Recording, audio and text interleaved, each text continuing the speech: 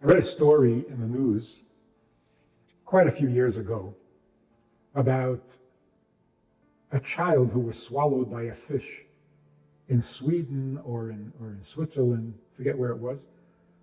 And eventually the fish regurgitated the child, and the child survived. But the acids in the fish's stomach had taken all the color out of the child's skin, all the pigmentation, and the child was all white. Which, of course, reminds us of the story of Jonah and the whale.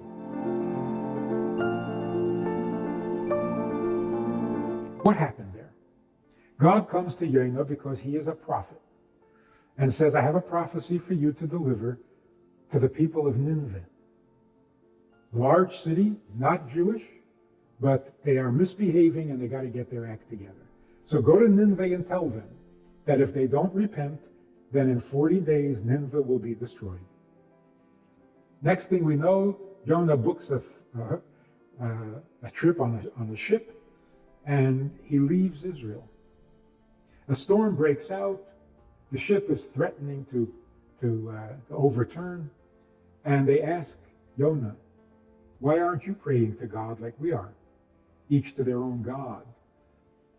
Jonah says, I am from the people who crossed the sea on foot, and the sea dried up for them, so the sea doesn't scare me. This is all about my failure. I am running away from God. The storm is because of me. Throw me overboard and you'll all survive. They threw him overboard and the storm subsided. Now a fish swallows Jonah. He's there for 3 days. And then the fish deposits him on dry land. And Jonah goes and delivers the prophecy to the people of Nineveh, and they all repent. And the city is saved. What exactly is the story? Why would Jonah run away when God sends him on a mission? And where was he running anyway? How do you get away from God? Every Jewish leader, every great Jewish leader, represents God to the people and the people to God. Very often, they are faced with a decision that they need to make. Are you going to favor the people, or are you going to favor God? Religious thinking would, of course, dictate God comes first. Whatever God says, just obey God and you'll be fine. But a Jewish leader feels sometimes you have to sacrifice your relationship with God in favor of the people. If you need to protect the people, then you do it at all costs, including your spiritual benefits, your relationship with God. So here's what happened. God tells Jonah, deliver a prophecy to the people of Nineveh. Tell them to repent. Jonah knew that they would repent. And that would be held against the Jewish people because they've had many prophets and they still haven't repented. So Jonah says, I am going to be the cause of Jewish suffering? No way. It'll cost me the prophecy.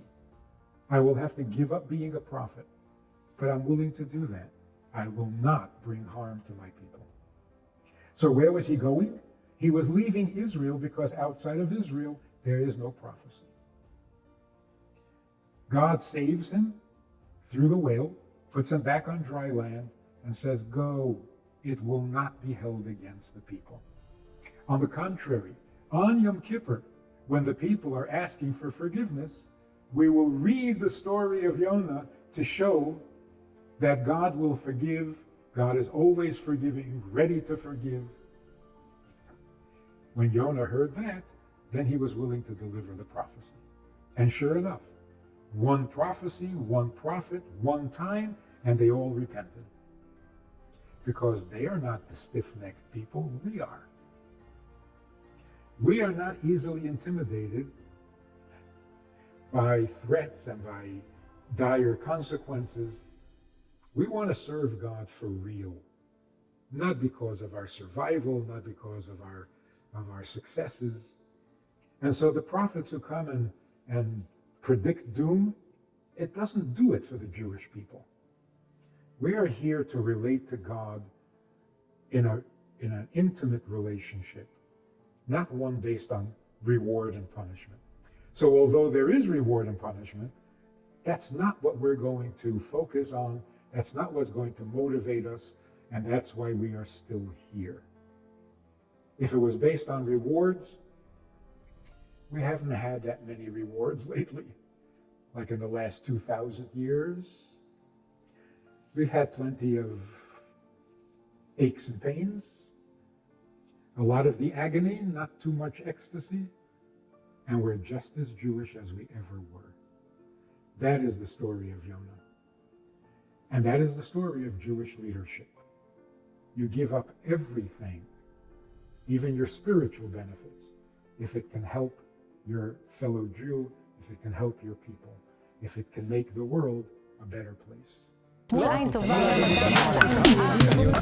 of Wisdom. Sub-brief and life-changing moments. Join us. Subscribe to Moment of Wisdom channels on YouTube, Telegram, Facebook, Instagram, and WhatsApp.